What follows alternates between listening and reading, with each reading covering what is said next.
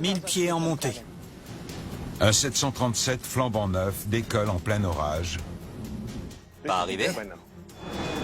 avant de s'écraser pour une raison mystérieuse en Afrique de l'Ouest. Les compagnies qui utilisaient cet avion se demandaient ce qui s'était passé au Cameroun. Les enquêteurs cherchent des indices.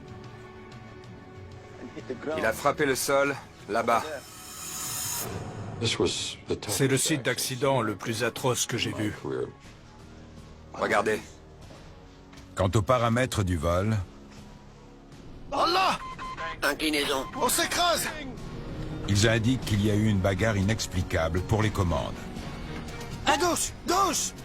Direction à gauche! Qui volerait comme ça?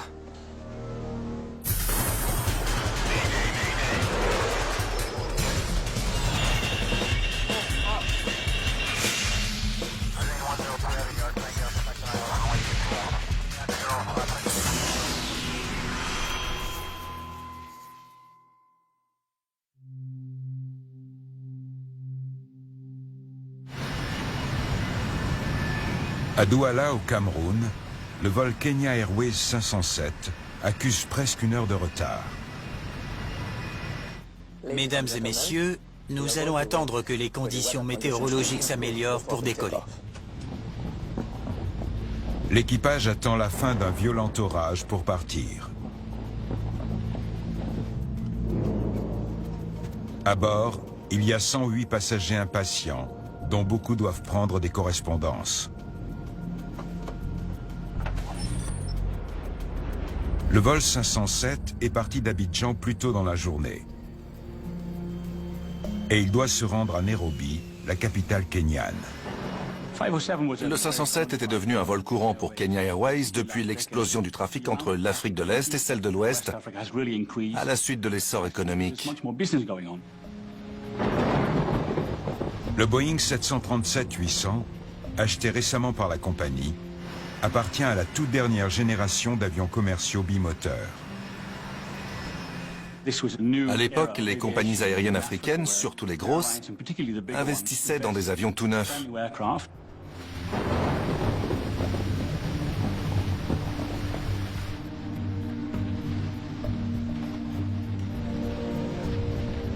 Ce soir-là, le commandant de bord Francis Wamwea est pilote en fonction. C'est un professionnel chevronné qui totalise plus de 8600 heures de vol. Andrew Kyuru est son officier pilote de ligne. Ce jeune OPL est entré chez Kenya Airways un an plus tôt. Jetons un œil à cet orage. L'équipage surveille le temps grâce à son radar météorologique embarqué. On dirait qu'on peut le contourner. L'orage s'étant éloigné du bout de la piste, le commandant Wamwea pense pouvoir l'éviter. En Afrique, les retards dus à une mauvaise météo sont fréquents. Donc ça n'a rien de surprenant de rencontrer un temps pareil en pleine nuit. Tour. Kenya 507. Il y a une percée dans la couche de nuages. Demandons mise en route. 507, mise en route approuvée. Checklist de mise en route. APU sur ON. Quelques minutes avant minuit, le vol 507 est enfin prêt à partir. Bon. Demandez l'autorisation de roulage. Kenya 507, demandons roulage. Roulez piste 12, Kenya 507. Taxi, roulons piste 12. Kenya 507.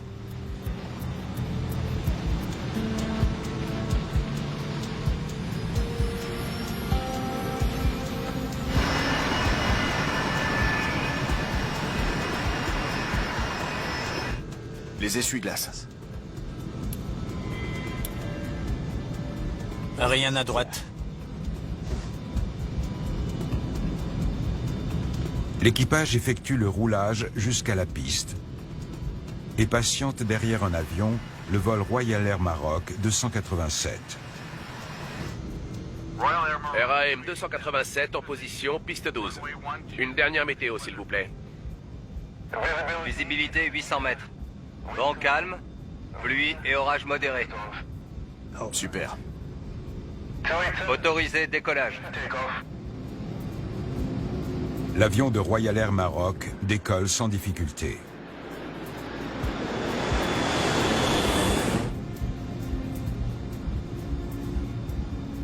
Après l'alignement.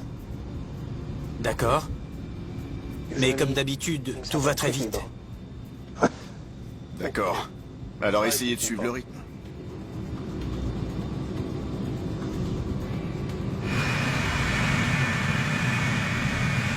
Francis Wamwea revérifie la position de l'orage Voyons voir.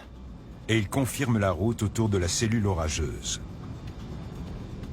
Tour pour Kenya 507. Après le départ, nous aimerions maintenir légèrement le cap à gauche de la piste du fait de la météo qui est devant.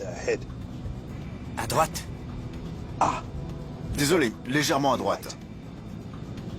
Après le décollage, l'avion devait tourner légèrement à droite pour éviter les cellules orageuses les plus actives indiquées par le radar météo. Approuvé. Ok. C'est bon. Mesdames et messieurs, merci de vérifier que vous avez attaché votre ceinture pour le décollage. PNC à vos postes.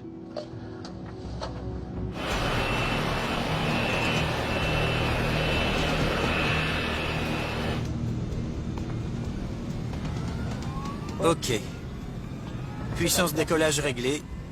Montée en puissance 1 et 2. Compris. 80 nœuds. Compris. V1. Rotation. Juste après minuit, le vol Kenya Airways 507 est enfin en route vers Nairobi. Train sur rentrée. Ok.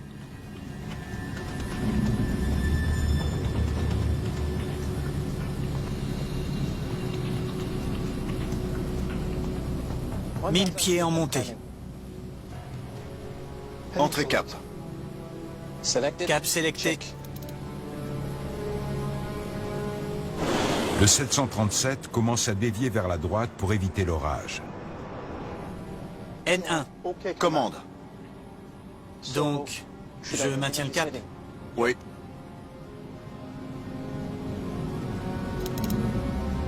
« 2400 pieds en montée.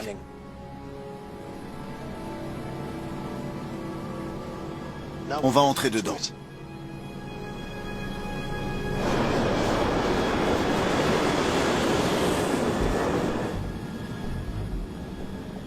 Allah! Inclinaison. Inclinaison. Soudain, le 737 bascule dangereusement sur sa droite. Allah! Inclinaison. Inclinaison. Le commandant se bat pour remettre les ailes à plat, Inclinaison. Inclinaison. mais l'avion s'incline de plus en plus sur sa droite.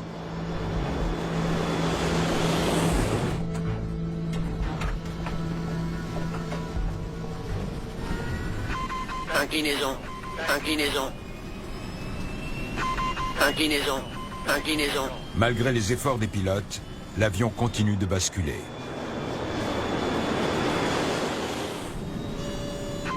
Inclinaison. On s'écrase! Inclinaison. Oui, je sais.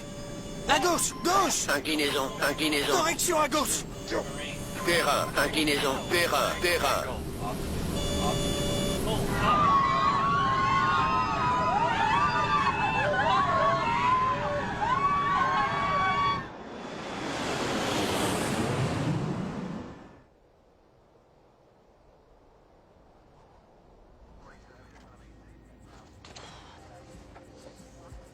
Cinq heures plus tard, le contrôleur aérien de Douala termine son service. Douala Tour.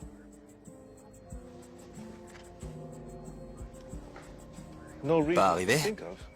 Il devrait pourtant. Le vol Kenya Airways 507 aurait dû se poser à Nairobi il y a 45 minutes, mais il n'est toujours pas arrivé. Bien sûr.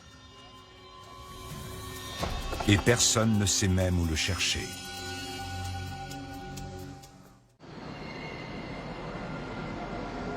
Le 737 d'une compagnie kenyane aurait dû atterrir à 6h15, heure locale, à Nairobi. Mais il n'est pas arrivé. Dans la matinée, la nouvelle de la disparition de l'appareil s'est répandue. Et les familles et l'entourage des passagers veulent savoir ce qui est arrivé à leurs proches.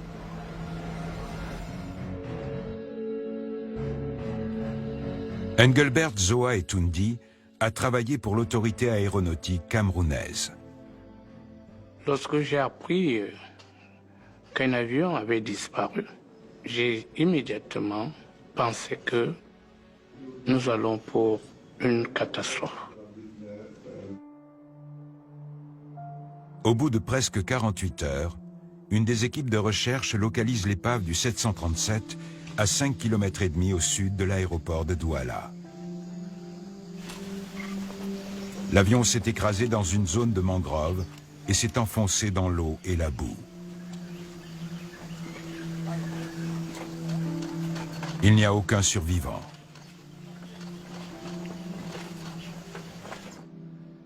Notre nation est unie dans le chagrin. Face à une telle tragédie, les familles et les proches des victimes ne peuvent qu'exiger des réponses de la part des autorités camerounaises. Mais elles se heurtent à un problème. Comme vous ne disposez pas d'une agence chargée des accidents d'aviation, par conséquent, la République du Cameroun crée une commission d'enquête technique composée de professionnels de plusieurs pays. Ainsi, l'avion ayant été fabriqué aux États-Unis, le NTSB, l'équivalent américain du BEA, délègue Dennis Jones pour qu'il participe aux investigations.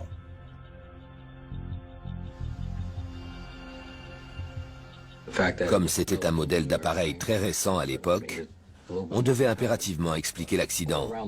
Dans le monde entier, les compagnies qui utilisaient cet avion se demandaient ce qui s'était passé au Cameroun. Ça vient de la queue. On dirait que tout le reste est là-bas dedans. Il y avait beaucoup de débris de l'empennage, mais on ne voyait pas l'épave proprement dite parce qu'elle s'était enfoncée dans un marécage. Ça a d'ailleurs été un des défis pendant toute l'opération.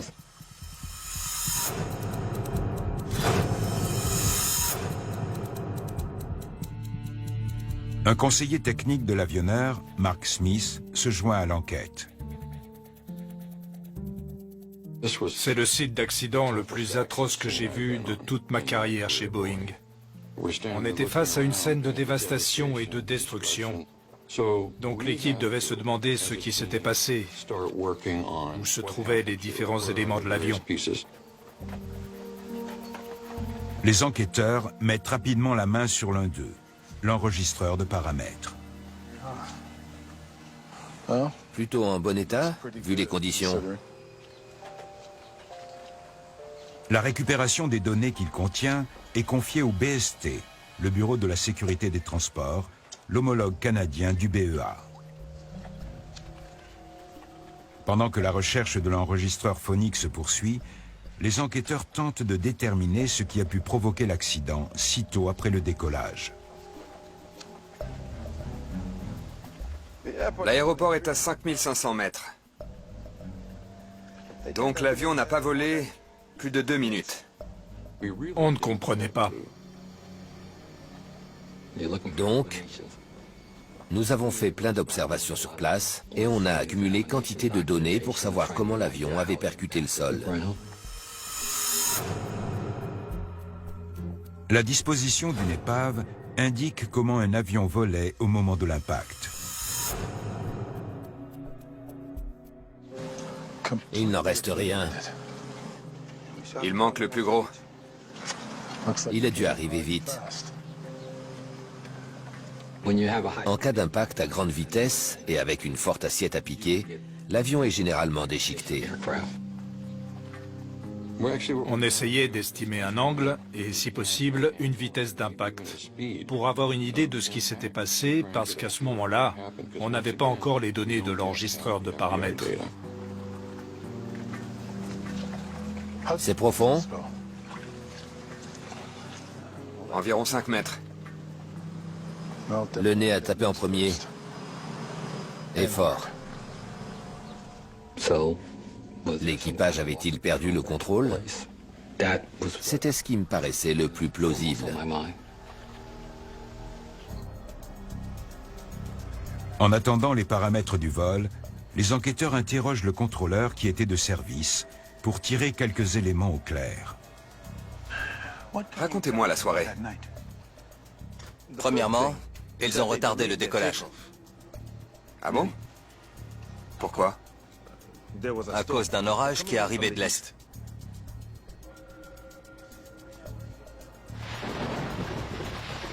Tour 507. On va attendre que l'orage soit passé. Annulons mise en route. Compris 507. Mise en route annulée. L'orage pourrait durer, mais la visibilité devrait s'améliorer. L'avion était sur le tarmac, prêt à partir. Mais les pilotes ont attendu que la météo s'arrange. Mais 20 minutes plus tard, il décolle. Pourquoi? Pour contourner l'orage. Parce que ça s'était dégagé.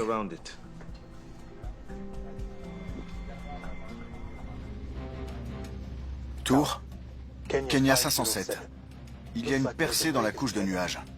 Demandons mise en route. 507, mise en route approuvée. Le contrôleur explique que les pilotes comptaient passer sur la droite de l'orage. L'équipage a-t-il mésestimé la taille et l'intensité du phénomène? Bill Bramble, enquêteur au NTSB, se joint à l'équipe. Il y avait une cellule orageuse à 13 km du bout de la piste. Et l'équipage a utilisé son radar pour la contourner. Voilà le métard de la soirée.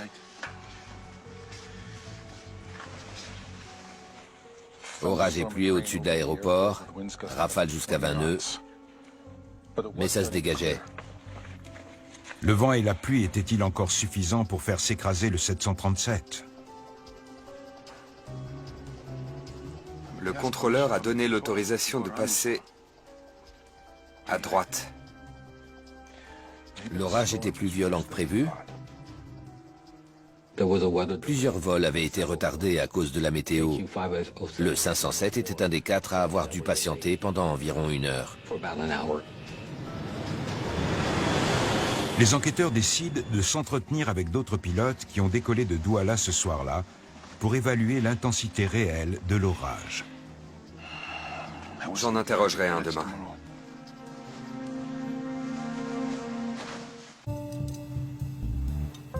Les enquêteurs interrogent un pilote parti juste après le vol Kenya Airways 507. Ils veulent savoir s'il a eu du mal à éviter l'orage. Les équipages dépendaient des systèmes embarqués pour savoir quel temps ils allaient avoir. Le contrôle aérien ne pouvait pas les aider. Alors, aucune difficulté? Des turbulences légères? Il a dit que la météo avait été calme après le décollage. Et en plus, lui aussi avait évité le mauvais temps par la droite. Merci beaucoup. Conclusion, l'équipage de Kenya Airways aurait pu contourner l'orage qui était sur sa trajectoire de vol. L'hypothèse de la météorologie devant être exclue, les enquêteurs envisagent alors la piste d'un problème technique à bord du 737-800 flambant neuf. Il le fallait parce que c'était le premier avion de la série 800. Et qu'en cas d'accident, dont on n'arrive pas d'emblée à déterminer la cause, il faut aller au fond des choses.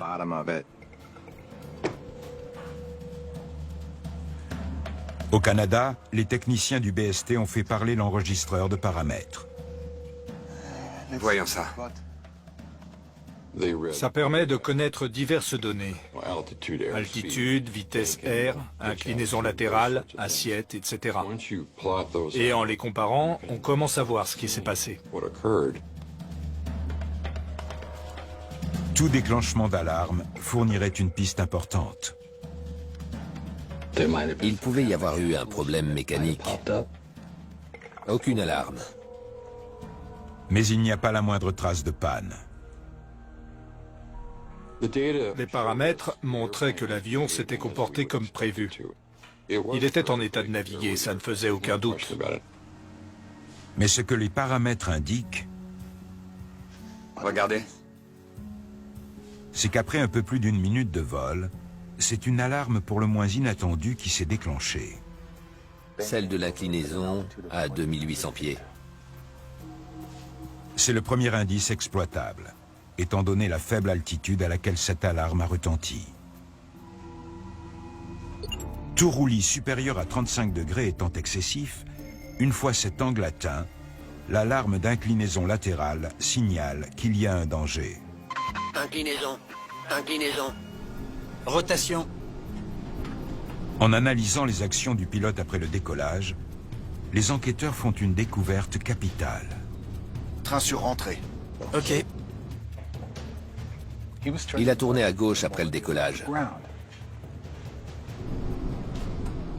Au décollage, l'avion était parti un peu en roulis à droite, mais le pilote a fait une correction. Mais il continue de faire des corrections à gauche. Comme pour mettre les ailes à plat. D'où venait le lent roulis initial vers la droite?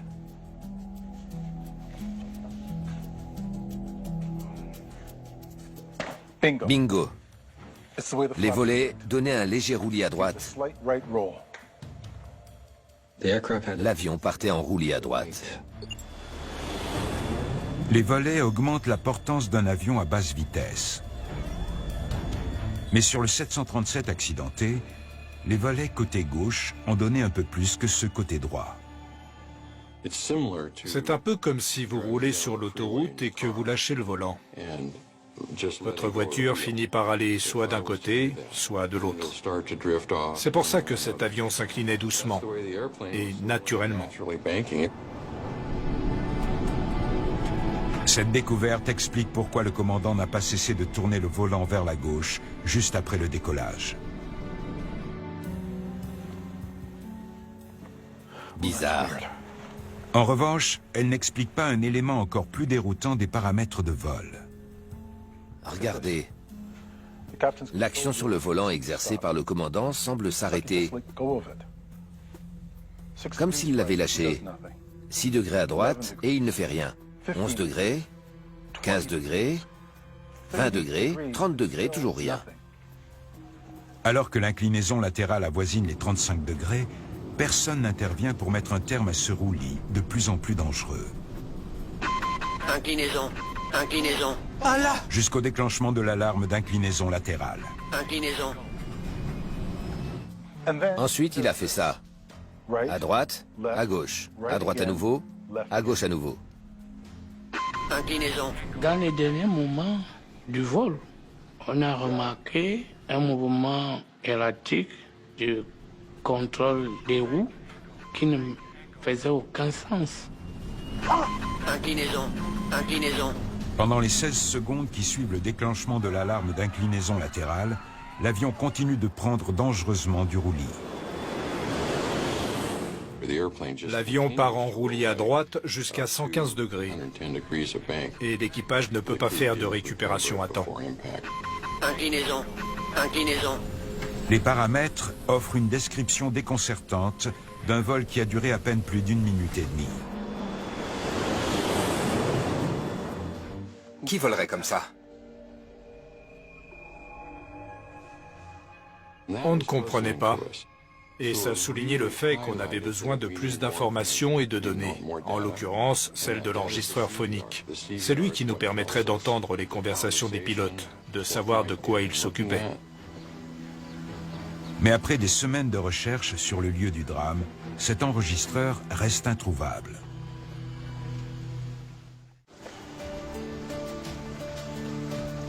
Cela fait plus d'un mois que le vol Kenya Airways 507 s'est écrasé. Et les enquêteurs n'ont toujours pas mis la main sur l'enregistreur phonique. Là-bas.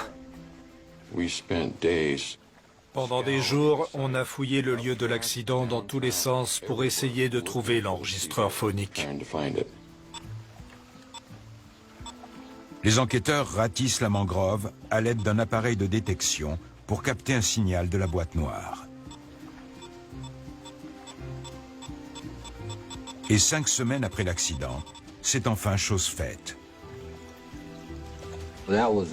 Obtenir ces informations a été un temps fort pour tous les participants aux recherches et pour la commission d'enquête technique. Les échanges au sol d'abord. Allez-y. Les enquêteurs comptent sur l'enregistreur pour comprendre pourquoi les pilotes ont laissé leur avion s'incliner autant à droite. Tour, Kenya 507. Il y a une percée dans la couche de nuages. Demandons mise en route. 507, mise en route approuvée. Bon, demandez l'autorisation de roulage. Ils espèrent également que ces conversations leur expliqueront pourquoi l'avion a fini dans une mangrove. 1000 pieds en montée. Entrée cap.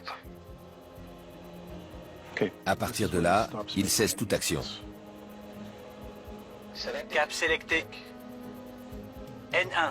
Commande. Ils demandent à brancher le PA.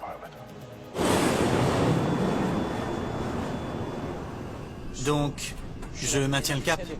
Oui. Après avoir demandé de brancher le PA, le pilote automatique, le commandant Wamwea lâche le volant pour laisser cet appareil piloter l'avion. Sauf qu'il y a un problème. Le PA n'était pas branché. Donc rien ne pilotait l'avion. Rien ni personne ne s'occupait des commandes de l'avion. Dès lors, l'enquête prend un tour nouveau. N1. Commande. Pourquoi le pilote automatique ne s'est-il pas mis en marche? Le commandant demande de brancher le PA, mais l'OPL reste muet. Or, l'OPL doit enfoncer un bouton et annoncer PA branché. Commande. Donc, je maintiens le cap? Oui. Les enquêteurs supposent qu'Andrew Kyuru était tellement concentré sur la configuration de la route pour contourner l'orage qu'il a oublié de brancher le pilote automatique. 2400 pieds en montée. On va entrer dedans. Le commandant, lui, pensait que le pilote automatique s'occupait du virage à droite prédéfini. Inclinaison. Inclinaison. Par conséquent, l'équipage ne se rend compte du problème que lorsque l'alarme d'inclinaison latérale se déclenche. Inclinaison. Le commandant s'attendait à ce que le pilote automatique soit branché. Or, il ne l'était pas. Mais aucun des deux hommes ne l'a compris. On s'écrase! Oui, je sais! À gauche! Gauche! Correction à gauche!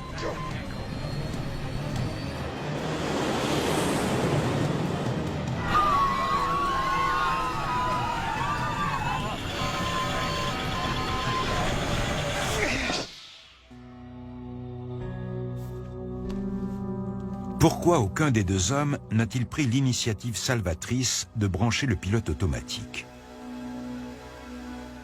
Les procédures d'exploitation standard fournissent une sécurité, mais si on ne les respecte pas, on en perd le bénéfice.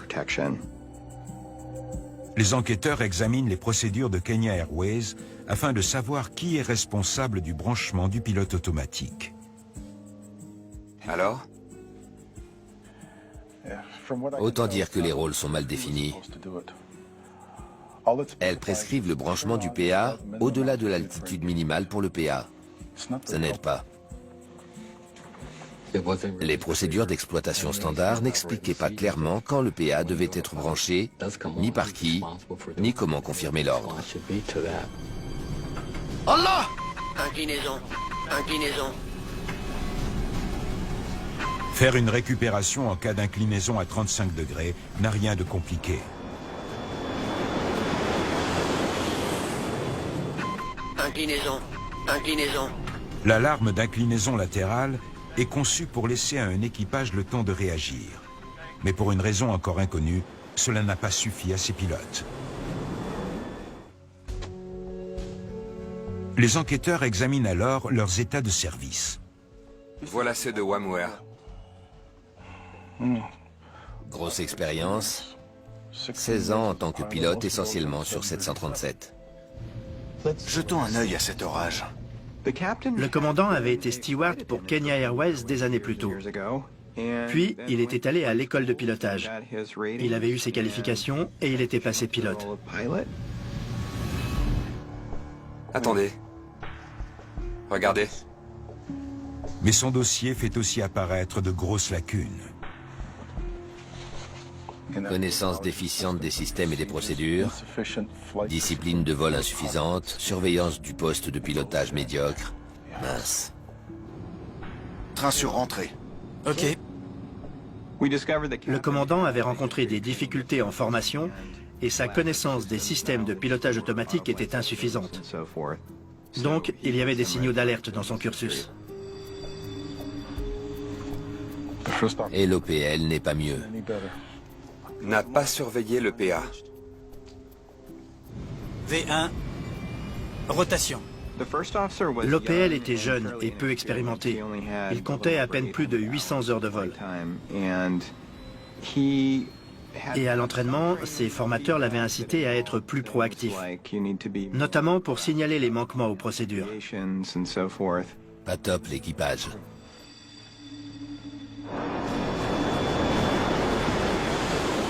On s'écrase! Correction à gauche! Inclinaison. Le manque de compétences de l'équipage a-t-il condamné les 108 passagers du vol 507?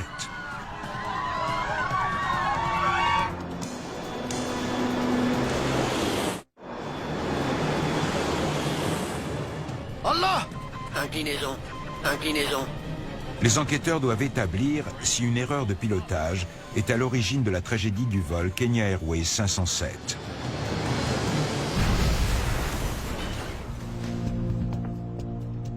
Bon, Allah, ça veut dire qu'il est surpris. Ensuite, 22 degrés à droite, 20 à gauche, 45 à droite, puis 11 à gauche. N'importe quoi. Inclinaison. Inclinaison. Quand l'alarme d'inclinaison latérale s'est déclenchée, l'avion était engagé dans un roulis à droite. Le commandant a réagi en premier, mais il a tourné le volant à droite, ce qui a aggravé la situation. Là, l'inclinaison frôle les 50 degrés. Quand la situation a empiré, après le déclenchement de l'alarme d'inclinaison latérale et quand la confusion s'est accrue, le pilote automatique s'est mis en marche parce que le commandant a appuyé sur le bouton. Inclinaison. Inclinaison. Lorsque le commandant se rend enfin compte que le pilote automatique n'est pas actif, il le branche. Inclinaison. Mais comme le système automatisé ne remet pas instantanément les ailes à plat, le commandant tourne son volant dans tous les sens, ce qui a pour conséquence de débrancher aussitôt le PA. On s'écrase! Oui, je sais! Oui, je sais. À gauche, à gauche. Correction à gauche. Donc il y en a un qui essaie de tourner à gauche et l'autre à droite. Il s'oppose aux actions de l'autre. À gauche! Gauche! Correction à gauche! Inclinaison. Inclinaison.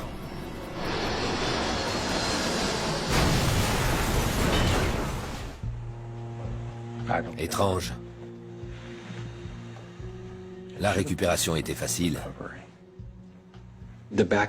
Ces actions brouillonnes devaient servir à faire des corrections, mais elles n'ont rien corrigé du tout. L'avion avait déjà pris une inclinaison à droite d'environ 35 degrés. Pourquoi l'accentuer encore? C'était la question à laquelle il fallait répondre. Les enquêteurs utilisent un simulateur pour recréer les derniers instants du vol. Le simulateur permettait de se mettre dans la peau du pilote, de recréer le vol et de déterminer s'il avait été possible de faire une récupération. Inclinaison à droite de 50 degrés, Branchez le PA.